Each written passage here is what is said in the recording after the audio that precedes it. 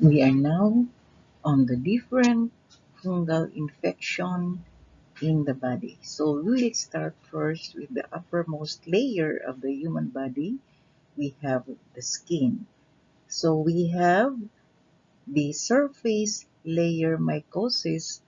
Generally or collectively, we refer to them as cutaneous mycosis. So we have the skin. Let us review first the different parts of the skin. So the uppermost part is the epidermis, then we have the dermis, and we have the subcutaneous tissue. So it is in the deeper part of the skin. Now the epidermis is divided into five different layers. We have the stratum corneum, stratum lucidum, stratum granulosum, stratum spinosum, and stratum basale. Then we have the dermis, which is now the connective tissue in our skin. We have the two layers of the dermis. We have the papillary layer and the reticular layer. Then deeper into the skin, we have the subcutaneous tissue, mostly made up of fatty tissue. Now, the first layer of the epidermis, which is the stratum corneum, is a place wherein we have different microorganisms that lodge on the surface. We refer to them as the normal flora or microbiota. So these microorganisms are either friendly bacteria and other microorganisms and unfriendly bacteria and other microorganisms. So on this slide, we have illustrations of both healthy skin with the normal flora and damaged skin barrier with dysbiosis. So on the lowest most part, we have the legend of the different colors of the structures on the surface of the skin. We have the yellow bar, the green circular structure, and the yellow circular structures. These are the commensals, or these are the microorganisms found on the surface of our skin but do not cause any skin infection. Then we have the red circular structure, which represents the pathogenic bacteria, and these are the microorganisms that can cause skin infection. So in a normal flora, the microorganisms cannot enter into the deeper layer of the epidermis, so they stay on top of the skin. While on the right side, we have a damaged skin barrier or barrier disruption. So the first layer of the epidermis is damaged. So the microorganisms, especially the pathogenic bacteria, are able to enter into the different layers of the epidermis. So as you can see, into the different layers down to the stratum granulosum, or maybe beyond the granulosum. Then we can see in this illustration the stratum basale, wherein the red color structure are not able to destroy, because next to that stratum basale is the basement membrane, and it is again another protective membrane which help the skin from infection. So if there is any infection and it has not passed through the basement membrane, prognosis is still good. So if there is a damage on the surface of the skin, we can have many skin infection, especially the sensitive skin. So we have sensitive and reactive skin. Either there will be acne and rosacea, the redness on the surface of the skin. There will be this skin infection. So the fungal organism that causes surface layer mycosis, these are fungi affecting the outermost layer of the skin, especially the stratum corneum, the hairs, and nails. These infections are asymptomatic but aesthetically displeasing. So there will be no signs and symptoms of the infection, but it will not be good to look at. This infection will be aesthetically displeasing. Let us start first the first fungi or group of fungi or fungal organisms that causes surface layer mycosis. So the first fungal organism, we have the Malassezia furfur.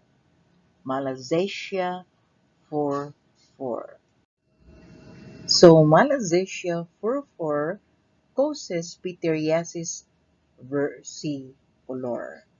Pityriasis versicolor is a chronic, non-irritating superficial infection of the stratum corneum occurring on the chest, upper back, arms, abdomen, and rarely on the face.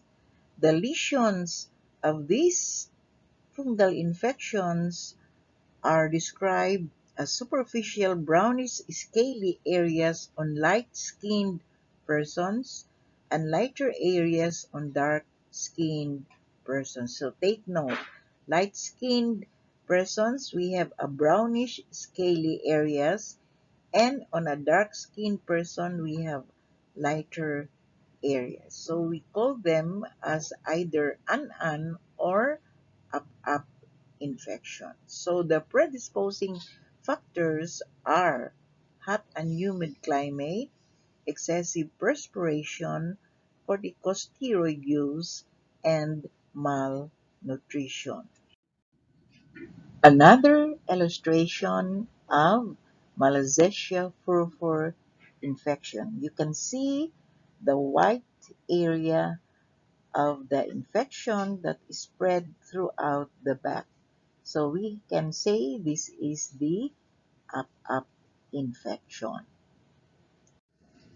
Malassezia furfur causing tinea versicolor infection produces yellow to yellow-green fluorescence on wood lamp illumination, characteristics of fine scales from active lesions. From the skin, the Malassezia furfur causes again dandruff. So this is a skin infection of the scalp and the hair. So we have the causative agent of dandruff, Malassezia furfur. You can see in the illustration there is intensive itchiness on the skin, causing the individual to scratch the infected area. The dandruff caused by Malassezia furfur is a common skin condition that causes white or gray flakes of skin to appear on the scalp and in the hair. The flakes are often noticeable if they fall from the scalp onto shoulders. The common causes of dandruff, it could be clumping of scalp skin cells due to oil. So we have the white flakes. Or it could be dry skin area of the scalp or maybe due to sensitivity to hair products. Skin conditions such as seborrheic dermatitis or eczema is the most frequent cause of Malassezia furfur infection. If we will culture Malassezia furfur, this is the appearance of the colonial morphology. So, the colonies are creamy and smooth, and the growth in the culture medium or in vitro is possible only when culture medium is overlaid with olive oil or provided with some other source of fatty acid. If we will do microscopic examination of the fungal organism, the fungal organism will appear as oval budding cells with broad base, isthmus or neck. So in the illustration below, we can see the isthmus which divide the cells into two. One side is a bit slender compared to the other side. The yeast cells may be seen as reduced phyalides or vase-like structure. Elongation to form hyphal elements is rare. So this dividing neck we call the isthmus will not allow the elongation of one side of the cell. So if we can see under the microscope many of the yeast cells, they could be in lump, giving us the spaghetti and meatball appearance. For treatment and prevention of dandruff, there is no complete cure of dandruff. So it is considered to be a chronic infection, balik-balik lang. Dandruff shampoo prevent flaking and itchiness, but after several days, dandruff will again occur. The next fungal organism that can cause surface layer mycosis is Exophiella wernickeyi. Exophiella wernickeyi. The genus Exophiella was formally described by John Wilson Carmichael Jr., and the species wernickeyi is a dark brown or black yeast causing tinea nigra due to melanin found on the skin. So, Exophiella is found in tropical and subtropical soils like the Philippines. Exophiella wernickeyi causing tinea nigra infection could also be found in our palms. So it could be referred to as tinea nigra palmaris. So this infection is a superficial asymptomatic fungal infection of the stratum corneum again. Blackish brown macular patches resembling faded silver nitrate stain occurring most frequently on the palms and soles or elsewhere in the body. The lesions are flat, smooth, not scaly, and appear as irregularly shaped brown to black spots. So we have here an illustration of the tinea nigra infection of the palm. So we have tinea nigra palmaris. So it could appear as in the right part of the illustration we have the palm with the tinea nigra lesions as a macular patch. It is a flat infection of the palms. Then on the left side, we have infection again of the palm, but this time there are dot structures as part of the infection. So we have the, usually we call this in our dialect as tum-tum, no? The dark spots. If we will culture Exophiala wernicke, they will appear on a subrowed dextrose agar as mucoid colonies that are yeast-like and shiny black. With age, they develop abundant aerial mycelia and become dark olivaceous in color. So when we say dark olivaceous, there is something greenish in the color. It's dark, it's greenish or brown color. So dark olivaceous color. So we have here on the illustration colonies of Exophiala wernicke on subrowed dextrose agar. On microscopic examination, Exophiala wernicke typically are seen as brown septate branching hyphae or dark brown budding cells. Conidia are 1 to 2-celled cylindrical to spindle-shaped hyaline to pale brown color. So take note in the illustration, we have two cells wherein it is divided at the center by a septa or septate budding cells.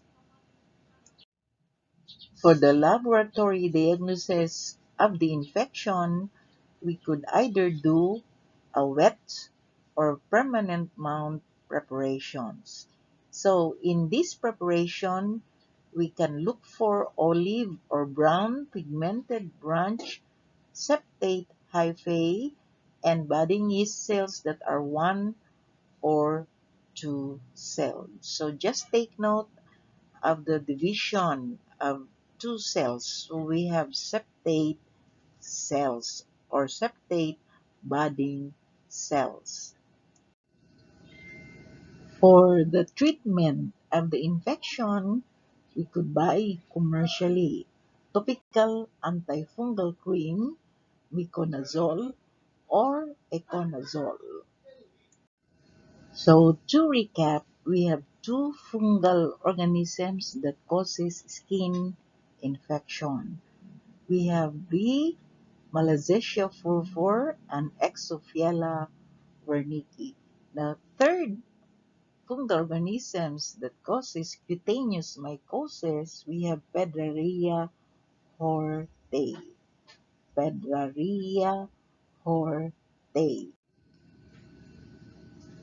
Pedraria hortei causes black piedra. It occurs in tropical areas around the world.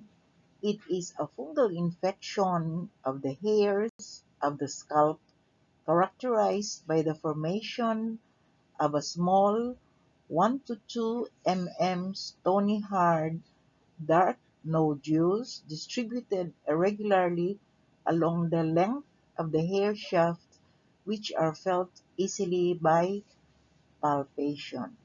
But this black piedra is difficult to scrape off. So, bagay tirahin mga lusa. Or we have nits in the hair shaft. Colonial morphology of Piedraria hortei. The colonies are small, adherent, compact, somewhat raised, dark greenish brown to black, and maybe glabrous, smooth and bare, or covered with very short aerial hyphae. The reverse of the culture medium will be black, and the rate of growth of the fungal organism is slow, and it will mature in 21 days. Microscopic morphology of the fungal organism are: they are dark, closely septate, thick-walled, varying in diameter with many intercalary chlamydo-conigi-like cells. Asci may be produced in culture. The walls easily fragments, releasing a single cell, curved, tapering ascospores with whip-like extension. So take note of this. The intercalary chlamydocomegy-like cells, the asci, wherein inside the asci will be the ascospores with whip-like extension.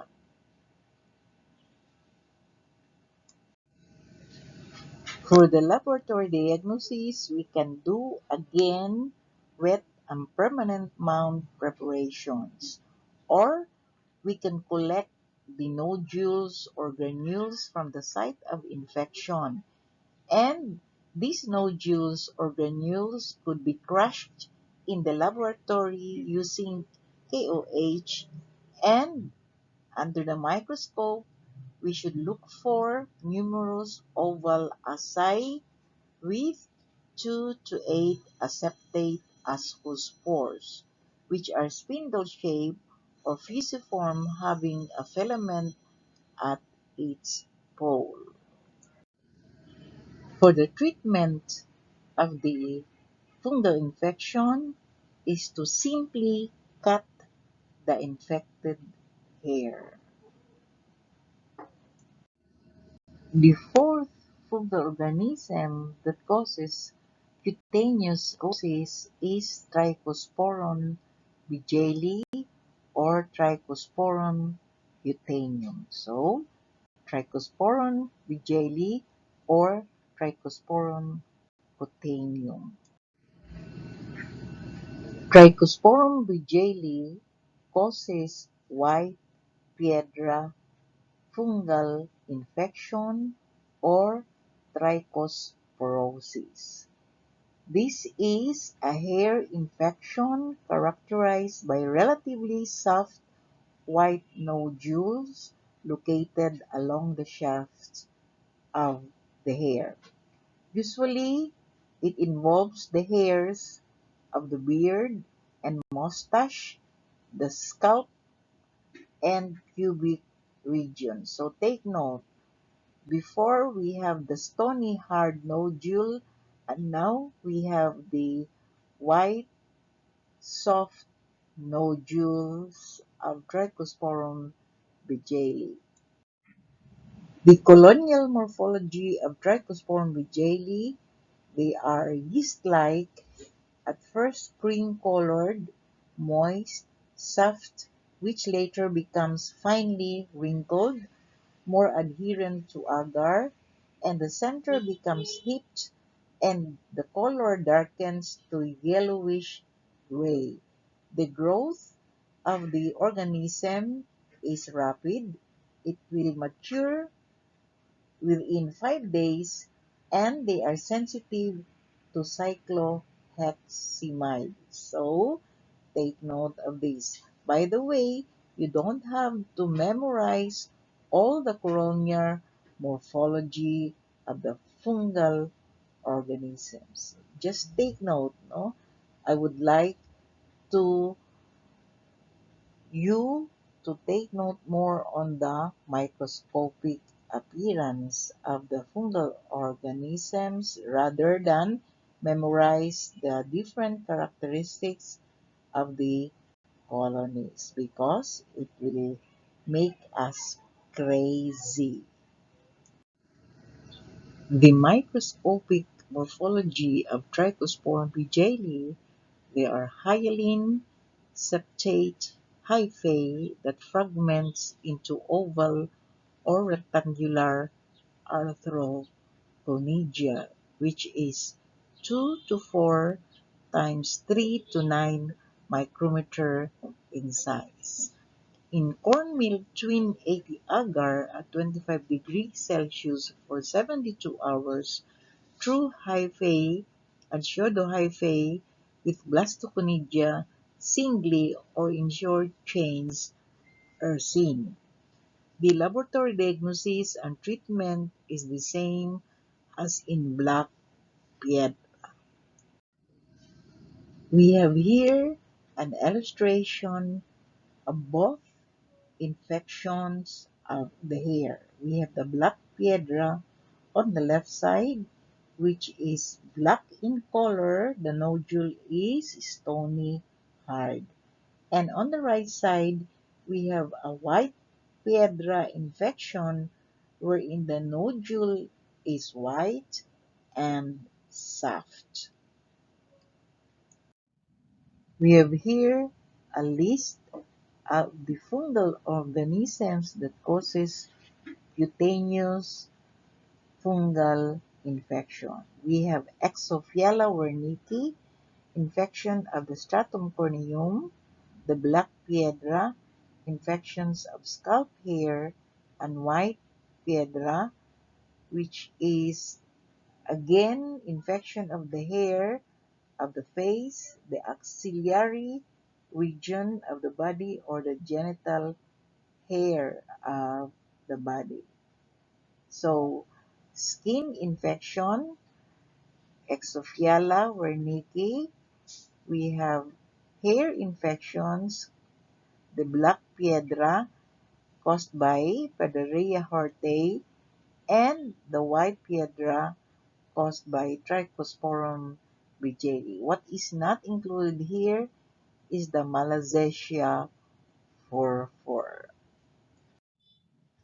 So, as a summary, we have hair infection and skin infection. Hair infection by Malassezia furfur, which causes dandruff, Pederea hortae, black piedra, Trichosporum bigeli, white piedra. And for the skin infection, Malassezia furfur again, causing pityriasis versicolor or tinea versicolor, the up infection for fair-skinned individuals, and an infection for brown or dark-skinned individual. Then we have Exophiala wernicki causing tinea nigra or tinea nigra palmaris. So these are the black spots of the skin. So from the uppermost layer of the skin, we go deeper into the epidermis. We also have cutaneous mycosis infection. So we refer to them as infection caused by dermatophytes. That will be our next topic.